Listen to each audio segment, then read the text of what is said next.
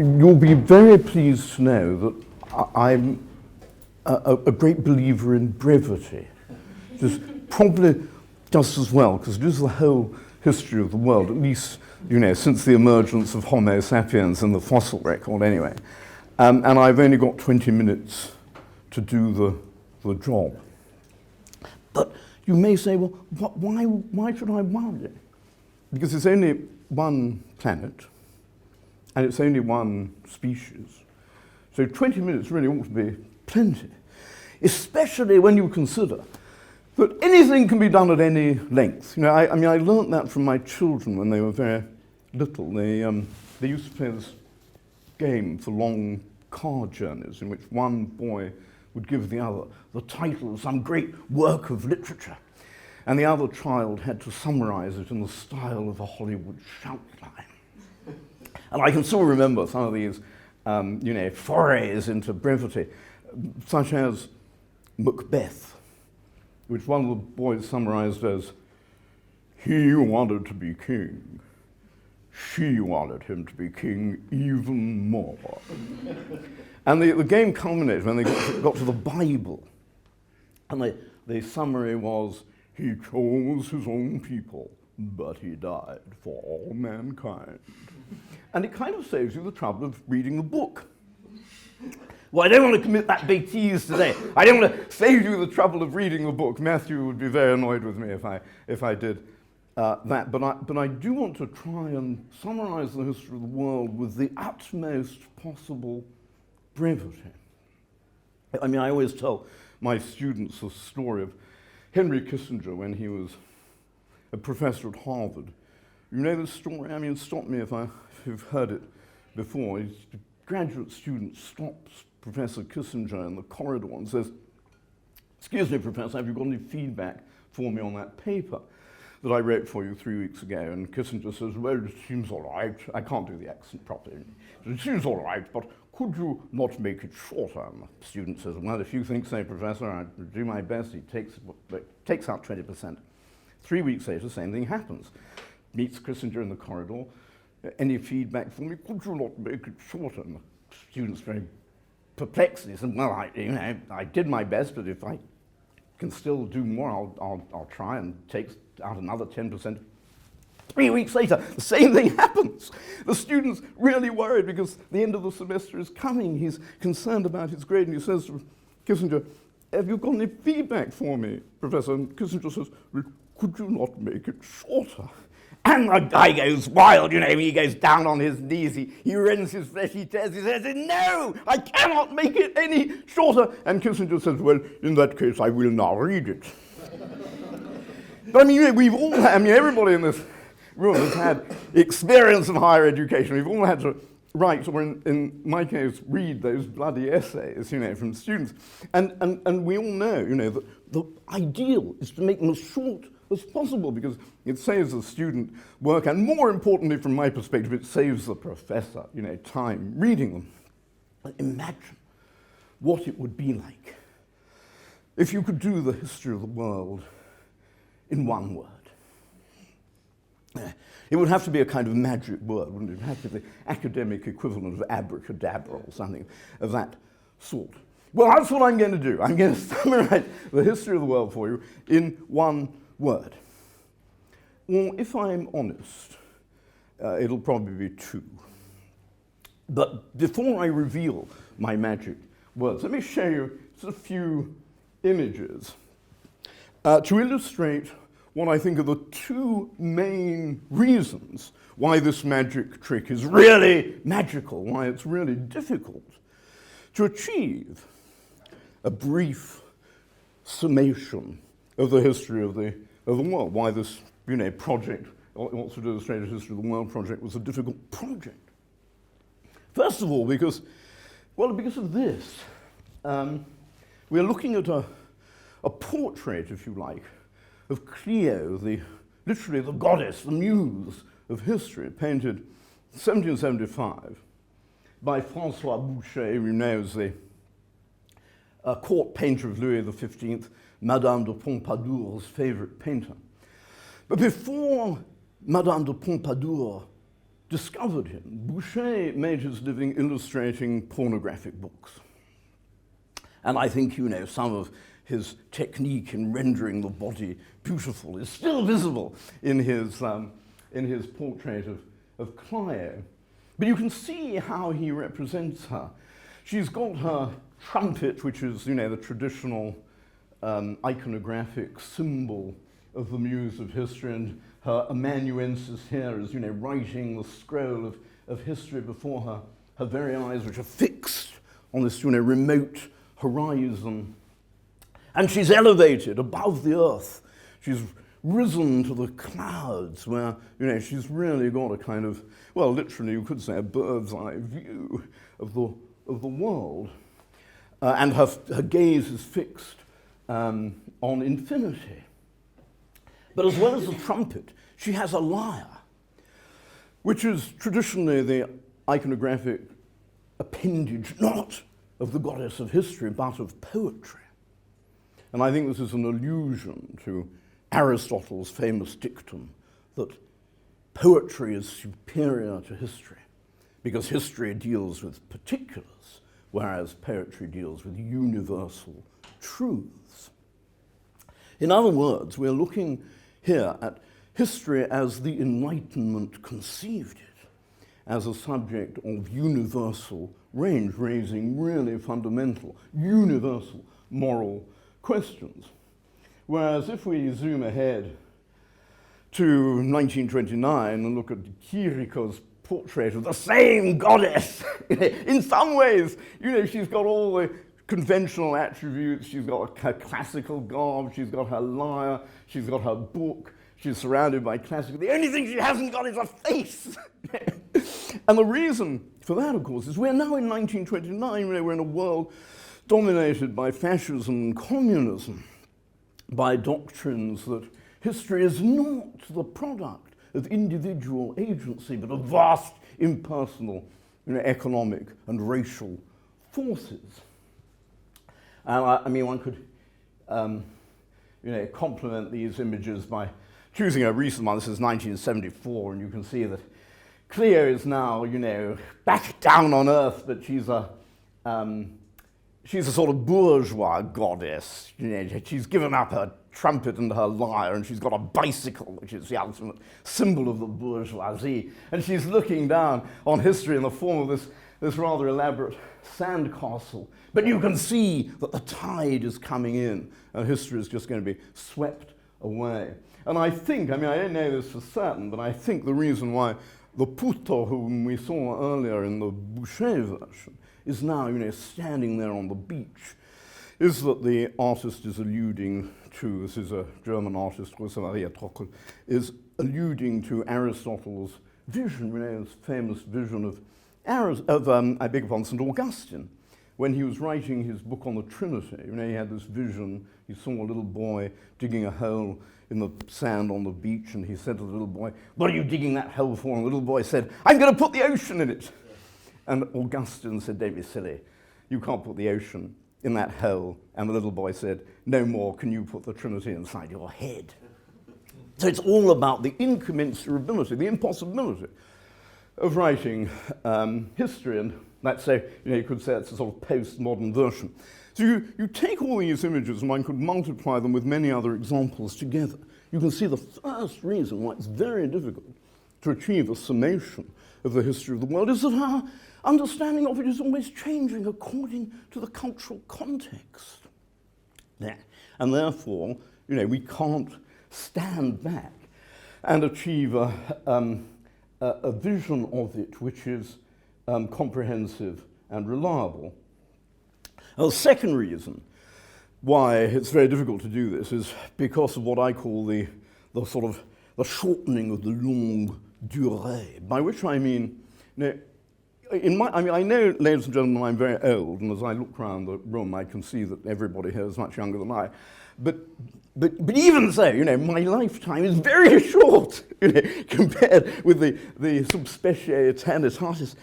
But even in my lifetime, my discipline, the historical discipline, has been completely transformed. Because when I was little, I was taught gradualism. You know, I was taught that history was this a continuous chain of causes and effects, and that everything had, long-term origins, and if you wanted to explain anything, you had to look deep back into the course of history to do so. We don't do that anymore. We don't, when we look at the fall of the Roman Empire, we don't do what Gibbon did. We don't go back to the Antonines, who were actually doing very well.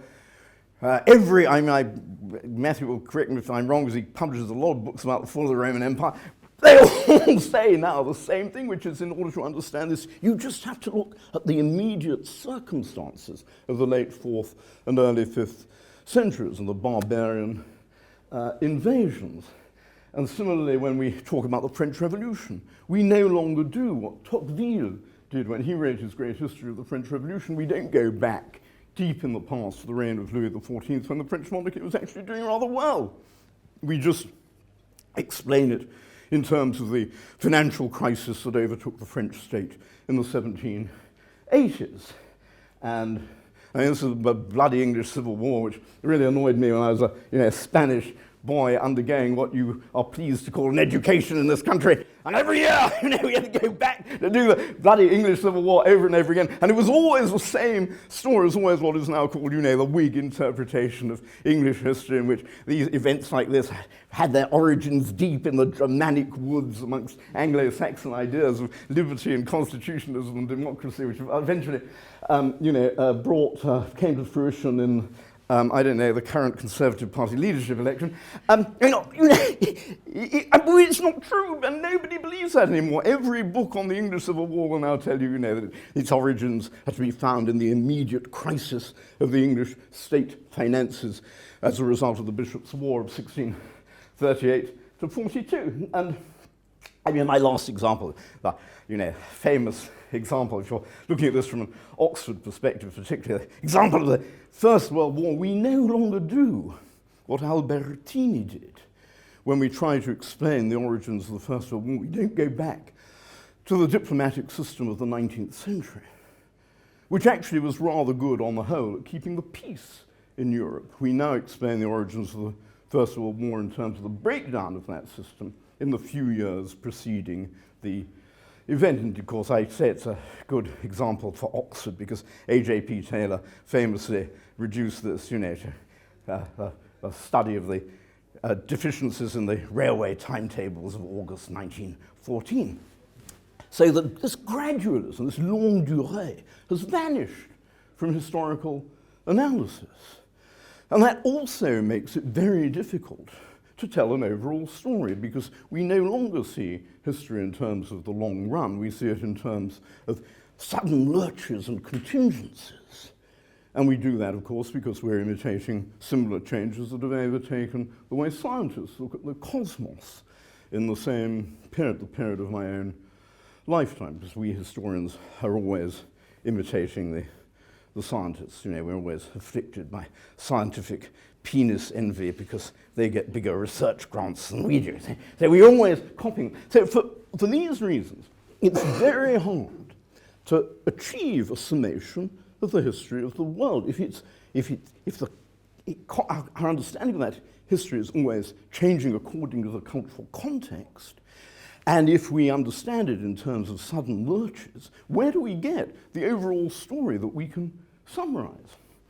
Well, I would suggest by changing perspective, by doing what Cézanne did when he painted a still life. He always used to set up his easel in a new position every day, so that he would see every object in a perspective of its own, which is really why his paintings are rather weird.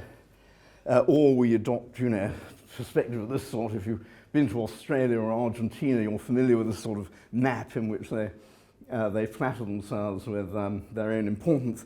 But the perspective that I really recommend is the perspective of another species, because that gives you the objectivity of an observer who is unimplicated in our own history. Gives you that scientific dimension, if you like, that objectivity. And I show you here some macaque monkeys who are important in this respect, because for me, the biggest scientific revolution of my own lifetime isn't to do with, landing on the moon or trivial things like improved medical science or the decoding of DNA. Oh, that's trivial by comparison with something which happened when I was a very little boy and which has really revolutionized the way we understand ourselves, which is the discovery that humans are not, as we formerly thought, a uniquely cultural species. And that discovery was made by primatologists in Japan in the early 1950s who observed a young macaque monkey whom they called Emo, young female, only 2 years old, whom they observed washing a sweet potato. And that was an extraordinary thing because until then, the monkeys had cleaned their sweet potatoes by scraping off the dirt with their paws. But this young female discovered a new technique. And she then taught it to her siblings and her mother, who in turn taught it to the entire tribe until all monkeys started washing their sweet potatoes. But I say all except a few old, fogey monkeys like me, who were incapable of learning anything new. And of course we now know, that there are lots of other cultural species in the world. That chimpanzees, really do have what we would almost say rights of distribution of food. Nonetheless, there is one big abiding peculiarity of humans as cultural animals, which is that we have so much more culture than all our cognates, even than chimpanzees, who are obviously the most closely related animals to us in evolutionary terms. Now, I'll just give you one example of this. Here we can see chimpanzee who's quite famous amongst primatologists, chimpanzee whom the primatologists who were observing his tribe in the 1960s called Mike. And this was amongst Jane Goodall's team in Tanzania. Mike was rather like me. I greatly sympathized with him because he was physically feeble, but he was sort of professorially inclined. He was sort of intellectual chimpanzee. And he got really fed up with the rule of the alpha male and his associates, to the point where he stole some big cans from the primatologist's camp and he went through the forest banging these cans together in what primatologists call an aggression display. And the alpha male and his cronies were so intimidated by Mike's behavior that they surrendered power over the tribe to him, and Mike ruled that tribe for 6 years in spite of his physical feebleness and not having any of the normal qualities that the alpha male has to have. So we're talking about a political revolution in chimpanzee life, which really did introduce a new element of cultural diversity that had never existed before. And I guess, the same is broadly true of humans. I suppose at some point all our ancestors' societies were ruled in the same way by alpha males, but we've gradually gone on, multiplying our political culture. So we now have hundreds, perhaps thousands of ways of choosing our leaders. Possibly even ending up with Boris Johnson. But you can multiply this example in other fields. Humans have thousands of ways of practicing every form of culture, including family relationships, social structures, entertainment, foodways, warfare, you name it, religion, language. We've just got thousands of ways of doing everything, whereas no other cultural species has more than a very limited range of cultural diversity. So I think the conclusion is that if you really switch perspective, you can see that the one word, my magic word, which summarizes the whole of human history is divergence. That's what's weird about us. That's what differentiates our past from that as every other cultural species on the planet, and therefore, as far as we know, in the cosmos. Divergence, but I did say I would have to incorporate a second word, and that second word is, of course, convergence. Because although I think we can assume that there was a time when all our ancestors shared the same cultures, had the same way of life, same economy, same language and religion, if they had such things at that time, they gradually diversified as they moved into different environments, adapted to those environments, lost touch, community by community with each other, and developed cultural differences from one another. But at the same time, or at intervals during that time, they also reconnected with one another and exchanged culture and became more like one another again. And that's the process that I call convergence, which in the last 500 years has become more prominent, really, than divergence in the history of the world. And we are now experiencing a peculiarly intense phase of convergence, which we call globalization. So a really big question for the future is, how will this balance between these two magic words, these two processes, which between them encompass the entire history of our species on our planet, how will those two processes change in the future? How will the relationship between them change? Will globalization, will this intensive convergence eventually bring divergence to an end and leave us with a single homogeneous global civilization? Or, as I suspect, will, under the shell of convergence, will our societies continue to multiply and to generate new forms of diversity, and will our world continue to be as rich in the future as it is now?